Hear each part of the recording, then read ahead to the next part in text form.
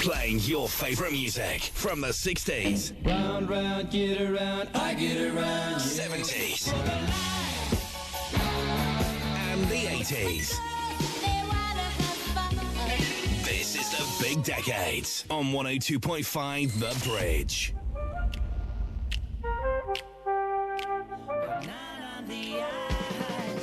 Promise me this, take me tonight. Alison, so many iconic tunes there. You must get loads of pleasure singing those every night. Yeah, I feel very fortunate. It's one of the best jobs in the world, I think. You get a massive feedback from the audience. They all really have a great time, and it's just, the songs have stood the test of time, and they're just brilliant songs to sing and to listen to as well. Let us go back to the beginning of your musical career then. How did it all begin for you? Right time in the right place, I think. I was in a gospel choir for quite a few years, just doing gospel numbers and working here and there, and I got asked to do a session with two other members of the band for Dave Hemingway, who was working on a solo project at the time, and he took me to one side during the process of recording his album and said, I think your voice would really suit the beautiful South. Would you like me to recommend you? And obviously it took a nanosecond to decide. I was like, yeah, who wouldn't?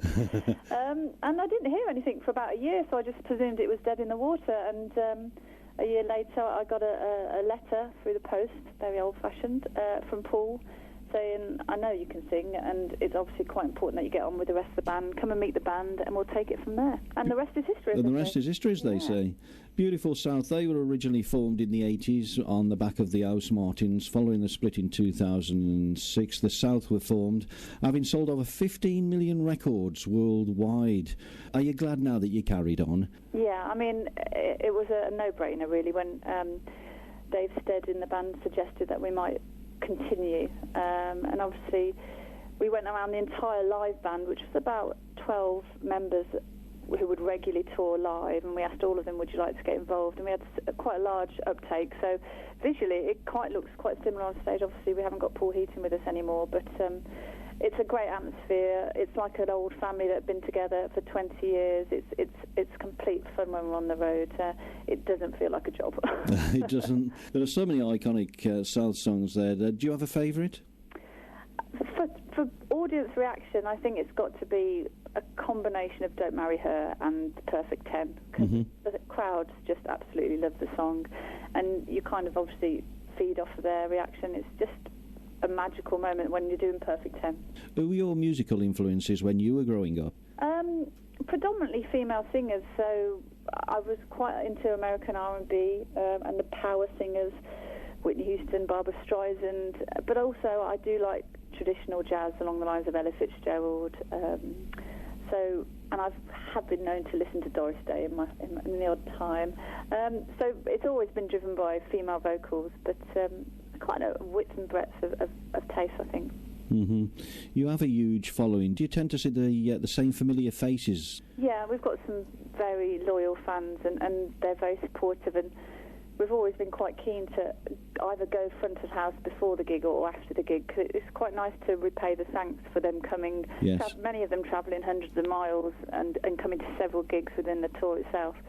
And it just brings home, I mean, you wouldn't be doing it without their support, so it's just nice to catch up with familiar faces, and we're a lot of first-name terms now with quite a few members fans who've come over the years. And I'm sure they appreciate that. You've played with many artists, including opening in front of 90,000 people when you opened for Robbie Williams. Even after all these years, do you still get nervous before a concert? The irony being 90,000 was no problem. I don't have problems with large audience, but at the moment there's a member of the family in the audience. And my parents are from Birmingham, so Wolverhampton will be full of relatives.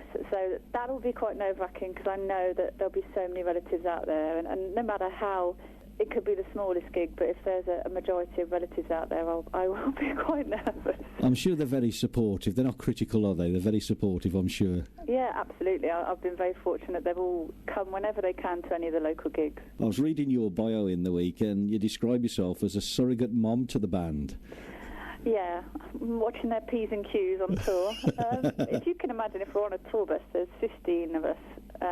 15 men and me. It can start off very polite and very clean. Yes, I can imagine. And then by the end of 3 weeks, it's a very ripe bus, and everybody's forgot their P's and Q's. And I don't know if I am the mother or if I turn into a temporary honorary bloke, but I'll probably forget some of my manners by the time I return home. Is that why you were jokingly given your nickname by your other band members? Yeah, maybe. There's a lot of apologies. They might say something and they go, oh, pardon me, sorry, Ali. You have to remember where they are sometimes. Tell us about that nickname that they've given to you. What, the surrogate mum? No, the other one. Oh, Lady Wheeler. Lady Wheeler. Well, I don't know. I don't know. I'm not from up north and I'm not from down south. I'm from the Midlands, and I think you lack an identity of being a northerner or a southerner. If you're a southerner, you don't think we're northern. If you're a northerner, you don't think we're a southerner. So we're kind of in this no man's land. So they've always associated my accent with being quite posh. But put me with my family for a couple of minutes and the brum comes through every time. I'm exactly the same. In 2006, you played nearly 50 gigs, including 2 UK tours, a V Festival, an Irish tour, and an American tour. How difficult was that, having just become a mum? It was quite difficult. I'm quite fortunate now. The kids are kind of 7 and 5, so they understand the mechanics of what I'm doing, and I'm very fortunate. And if you enjoy your job, how lucky you are. So I keep drumming that home. Yes. But yeah, I went on tour when my first child was 9 months, and that was very difficult going to America. Mm-hmm. But it's a finite amount of time, so I've got to keep that in mind and enjoy it while I'm out on the road, because I know that 3 weeks later I'll be washing nappies and cleaning up baby vomit. It's a sobering moment, but it keeps me balanced as well, because I'm a mom at the end of the day, and the kids see me as a mom predominantly. I don't think they've quite made the connection yet of mom being on stage. How would you actually pass the time away on a tour bus? As a mother, I find it really relaxing, because it's a time to stop and actually do nothing, so it's a rarity. You don't get that chance at home, so I'm quite recharged by the end of 2 weeks, whereas the rest of the band have been partying every night, and some of them look like they can hardly stand up. As a singer, I'm a bit sensible. I don't tend to go mad, no. At least till the last 2 days of the gig, of the tour. And then you let your hair down. So I'm always the first in bed. It's just, otherwise I wouldn't be able to sing the next day. But they've been known to party till 7 or 8 o'clock in the morning, arrive at the destination, and then sleep until sound check at 4. Whereas I've already been to bed by about 2. Maybe had one bottle of beer, and I'm up and walking, having gone for a walk and whatever, taking in breakfast. But yeah, it's a very strange nocturnal lifestyle for a lot of the boys. I don't know how they have the stamina sometimes. It's amazing how they do it. But still, I suppose it's a short amount of time. You know it's going to happen, and then you can recuperate afterwards. That's right.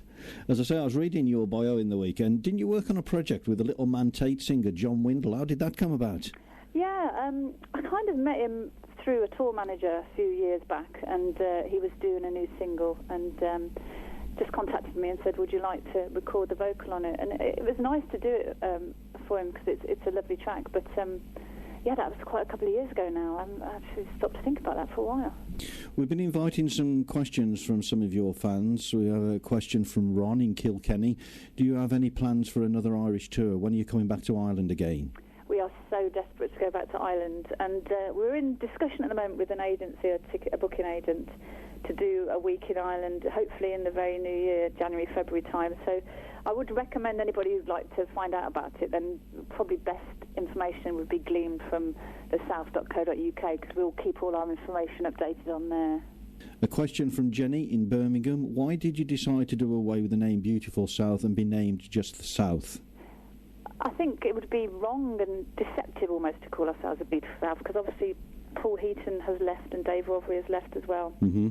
And we obviously have history within the band of the Beautiful South, so we wanted to go forward and record new material and not deceive people in the fact that we are the Beautiful South, because we have got new members and we have lost members.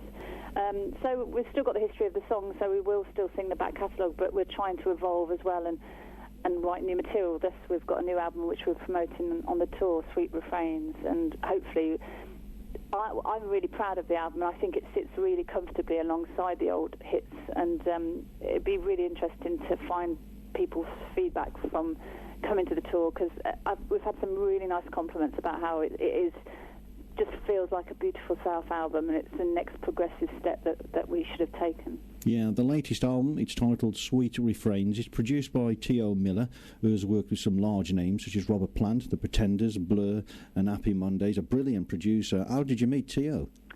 Well, he was recommended by our manager, and he really brought a nice different edge to the album, and it does feel like an evolution within the Beautiful South. It's staying within intelligent melodic pop, but obviously different songwriters involved within the band now, and it just feels like a natural progression. And he had some really good input to put into the project as the album developed. So yeah, we were really fortunate to work with him. And the new single from the album is due for release on the 14th of October. It's titled Pigeon Hole. I absolutely love this single. It's been on our playlist for a week or so. As soon as you hear the vocals, even with your eyes shut, even if you don't know who was singing it, you know exactly that it's the South.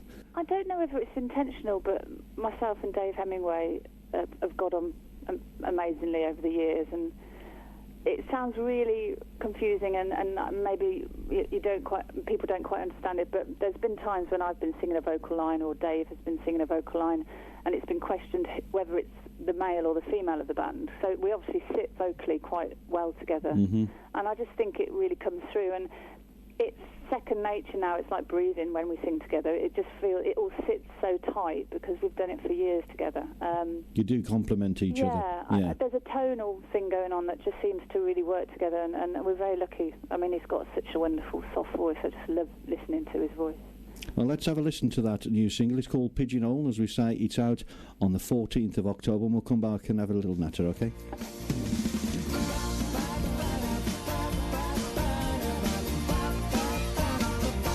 That's the new single from the South. It's out on the 14th of October. It's called Pigeon Hole. Our special guest this week on The Big Decades is Alison Wheeler from the South. That's an up-tempo, feel-good tune, Alison. It is, isn't it? But the lyrical content, again, for any South kind of lyrics is quite barbed. You don't blame everybody else. Look inside and you might find that it's your problem, not everybody else's, that puts you in a pigeonhole. For all our listeners, the band are about to embark on a tour of the UK beginning at the end of the month in Brighton, and the South are here in the Midlands on October the 1st. The venue is the Robin. For further information and how you can purchase tickets, head over to our website, allthebridgeradio.net/Big Decades.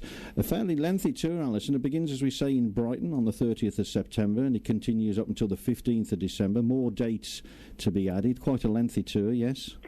But quite sociable. It's broken up really nicely, that apart from the first week when we hit Wolverhampton, apart from that first week, which is a big block of like 6 days, the rest of the tour will be mainly Thursday through Sunday, so we'll get most of the weekend crowds hopefully up and dancing, and then I get home and recuperate for 2 or 3 days, do some washing, and then I'm out on the road again. I was going to say, when you usually tour the UK, do you usually get the opportunity to go on between dates, or are you constantly on the tour bus?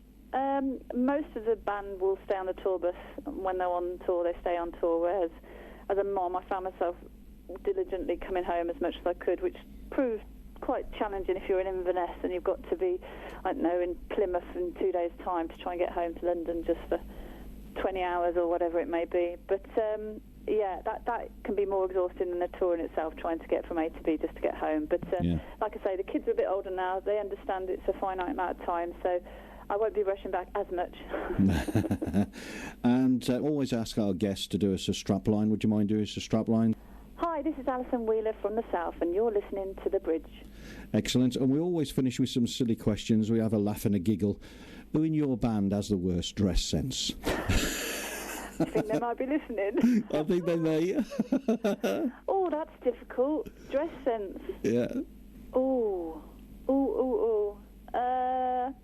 Oh, I can't possibly name anybody. I'm going to say, bear in mind, this will probably be put on our website later on, this interview, and they can listen to it again. There's usually a band discussion about some kind of theme that might run through the whole tour. One tour it was hats, one tour it was jackets. So we've all been known to don embarrassing gear at some point of a tour. No, they've all got impeccable dress taste. This is the most contentious. Who is the most talented? They're all nauseating in their own field. That's what's quite amazing. And when they then put down their instrument and pick up another one, I'm wanting to just hit them. All equally talented, but however, Damon Butcher, who's been on the keys from year dot, it's just mind-blowing when you watch him play. He just doesn't think. He's just there on the keys, just breathing every single note, and it's just so second nature to him. It's absolutely enjoyable to watch, and I do find myself thinking, oh, I wish I could play the piano every time I watch him. Here's another one, bearing in mind they may be listening. Who moans the most? Who's the moaner of the band?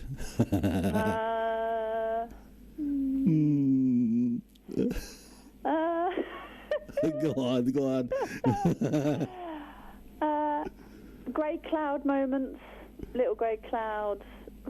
Dave Hemingway has quite a few grey clouds, but that's probably, if you combine that with partying till 8 a.m, I'd probably say they're all pretty moody at some point of the tour. And the final silly question, what ringtone do you have on your mobile? I was fortunate, however you view it, of my iPhone died on Monday of last week, completely gone. So I picked up a new iPhone 5S on Friday, so I've currently got whatever generic ringtone they've set, so probably... Do you know, so many people have said my phone's died this week only as an excuse to get the new iPhone. Is that what it was, really? No, but I've then got an inquiry to get it fixed, and it's so dirt cheap to get it fixed. I should have probably just sat on my iPhone 4. But no, my husband's got his own personalised ringtone of Superman, and my mum just has a generic, it's your mum calling, pick up the phone. But apart from that, I've just got the generic ones. I will have a fiddle around with it and try and change them at some point, but it's just time, isn't it? It is. That's brilliant. Alison Wheeler from the South, thank you for taking the time to talk to us this afternoon. Nice to speak to you. We wish you every success with the tour. I'll be the one at the front singing the loudest. We look forward to seeing you here in the Midlands. I look forward to it as well. Okay, you take care.